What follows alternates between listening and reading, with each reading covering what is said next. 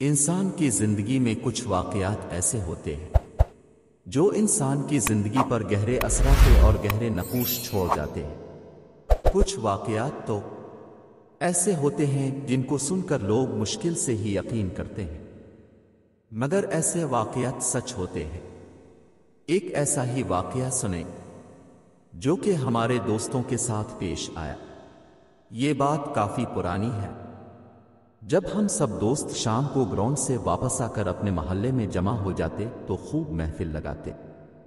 ایک دن ہم رات کا کھانا کھا کر گھر سے باہر نکلے تو دوستوں نے بولا، آج جمعرات ہے اور آج جن بھوت اور چڑیلوں کا دن ہے۔ میں جن بھوتوں پہ یقین تو رکھتا تھا پر کبھی ان سے آمنا سامنا نہیں ہوا، تو میں اس کی بات سن کر ہنس دیا۔ اس نے میری طرف غصے سے دیکھا اور بولا، یہ جو گاؤں سے باہر کھیتوں میں جامن کا درخت ہے، اس پہ آج جن بھوت آئیں گے۔ اگر نہیں یقین تو تم سب میرے ساتھ جا کر دیکھ لو۔ ہم سب نے حامی بھر لی اور اس کے ساتھ چلنے کو تیار ہو گئے۔ میں اس دوست کا نام بتاتا چلوں۔ یہاں اس کا نام ندیم تھا اور وہ اکثر رات کو اکیلا کھیتوں میں گھومتا رہتا تھا، اس لیے اس پہ کچھ دوستوں نے یقین بھی کر لیا تھا، پر ہم نے یقین نہیں کیا۔ ہم 5 دوست تھے جس کے نام تھے عابد، ناصر، ساجد، مدثر اور ندیم۔ جیسے ہی عشاء کی آذان ہوئی ہم نکل پڑے اس کے ساتھ کھیتوں میں جن بھوت دیکھنے۔ رات کافی گہری ہوئی چلی جا رہی تھی تو ڈر بھی لگ رہا تھا۔ ابھی ہمیں چلتے ہوئی 10-15 منٹ ہی گزرے تھے، ایک کھیت سے بکری کے چھوٹے بچے کے بولنے کی آواز آئی۔ عابد نے بولا، روکو، یہاں پاس سے کسی جانور کی آواز آ رہی ہے۔ سب رک گئے اور خاموشی سے آواز سننے کا انتظار کرنے لگے کہ کس طرف سے یہ آواز آ رہی ہے۔ ابھی تھوڑی دیر ہی گزری تھی کہ بکری کے بچے کی آواز دوبارہ سنائی دی۔ ندیم نے فوراً بولا، آواز اس طرف سے آ رہی ہے، جو 2-4 کھیت چھوڑ کر ہی برسن کا کھیت تھا۔ آواز وہاں سے آ رہی تھی۔ سردیوں کے دن تھے اور ان دنوں میں برسن عام ہوتا ہے۔ سب دوست اس طرف جانے لگے تو ناصر نے بولا، چھوڑو یار، جو بھی ہے ہمیں کیا لینا دینا اس سے، ہم جس کام کے لیے جا رہے ہیں اس طرف چلو۔ پر کوئی بھی نہیں مانا اور برسن کے کھیت کی طرف بڑھنے لگے۔ سب ہی وہاں جا کر دیکھا تو ایک چھوٹا سا بکری کا بچہ وہاں کھیت میں بیٹھا تھا۔ ہم میں سے کوئی کچھ بولتا اس سے پہلے ہی ندیم نے کہا، لگتا ہے جو یہاں بکریاں چراوانے آتے ہیں ان کا رہ گیا ہوگا، اس کو اٹھا لو، صبح پتہ لگا کر واپس کر دیں گے۔ سب نے اس کی بات سے اتفاق کیا اور ایسا ہی کیا۔ اس کو ہم نے اٹھا لیا اور اپنی منزل کی جانب بڑھنے لگے۔ رات کافی گہری ہوتی چلی جا رہی تھی اور ہمارے ڈر میں مزید اضافہ بھی ہو رہا تھا، کیونکہ کھیتوں میں طرح طرح کے جانور کی آوازیں آ رہی تھی۔ مدثر نے بولا، یار ہم کو واپس جانا چاہیے، آگے بہت خطرہ ہے۔ سب اس پہ ہنسنے لگے اور اس کو ڈرپوک کہنے لگے۔ خیر وہ خاموشی سے ان کے ساتھ چلتا رہا۔ پھر راستے میں ہمیں سیٹی کی آواز آنا شروع ہو گئی۔ سب رک گئے اور ایک دوسرے کی طرف دیکھنے لگے۔ ڈر سب کے چہرے سے صاف نظر آ رہا تھا، پر کوئی بھی یہ نہیں چاہتا تھا کہ ہم واپس جائیں اور اللہ کا نام لے کر اس جامن کے درخت کی طرف بڑھنے لگے۔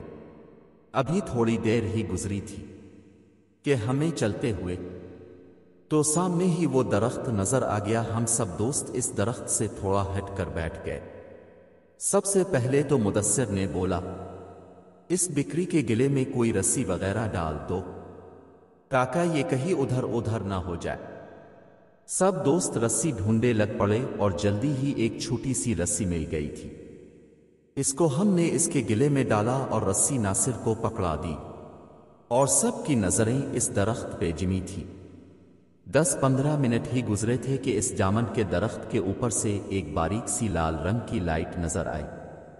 وہ لائٹ اتنی باریک تھی اور اتنی تیز تھی، یہاں بتانا مشکل ہے۔ وہ لائٹ کبھی درخت پہ جاتی، کبھی درخت سے نیچے آتی۔ ہمارا خوف کے مارے برا حال ہو رہا تھا، اور ساتھ ہی پرسرر آوازیں آنا شروع ہو گئی۔ ہم سب نے اونچی آواز میں ورد پڑھنا شروع کر دیے۔